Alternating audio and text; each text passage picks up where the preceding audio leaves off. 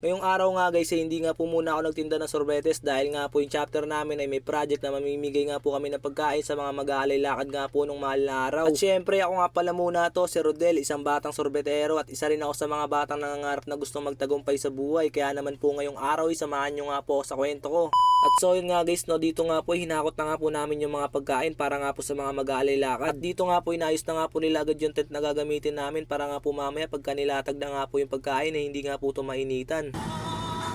At so yun nga po dito, nasa-assemble na nga po namin yung tent at ilalatag na nga lang po namin dito yung mga pagkain. At sa mga oras nga na to, natapos na nga po namin ma-assemble lahat at may latag nga po yung mga pagkain. At sa mga oras nga po na to, nag-umpisa na nga po dumaan yung mga nag-aalay-lakad. Kaya dito, inumpisahan na nga rin namin ipamigay yung mga pagkain.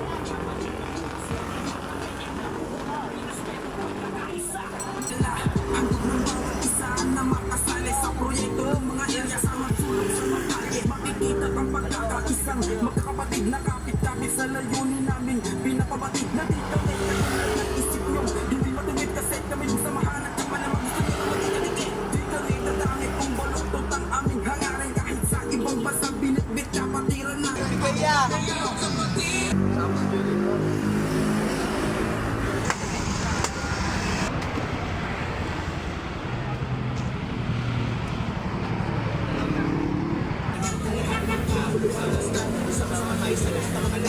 para sa pagkapatiran.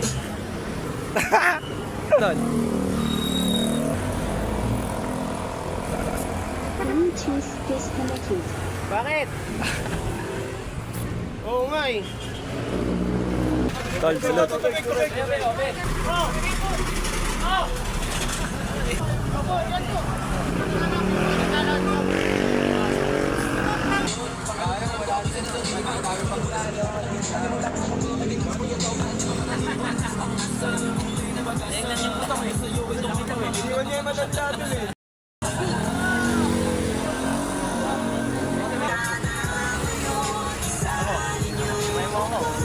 At hanggang dito na nga lang po muna itong vlog ko na to guys. Maraming salamat po sa inyo dahil umabot kayo hanggang dito. Hindi na po kasi kaya ng cellphone ko na makapag-edit ng masyadong mahaba. Naglalag po kasi ng sobra yung cellphone ko pag nag-edit nga po ako dito sa CapCut na masyadong mahaba. At sobrang nahihirapan na nga po yung cellphone ko matouch pag tuloy-tuloy nga po yung pag-edit ko dito sa CapCut. Hindi ko nga rin po alam ba't nagkakaganto. Dala na rin po siguro ng kalumaan ng cellphone ko.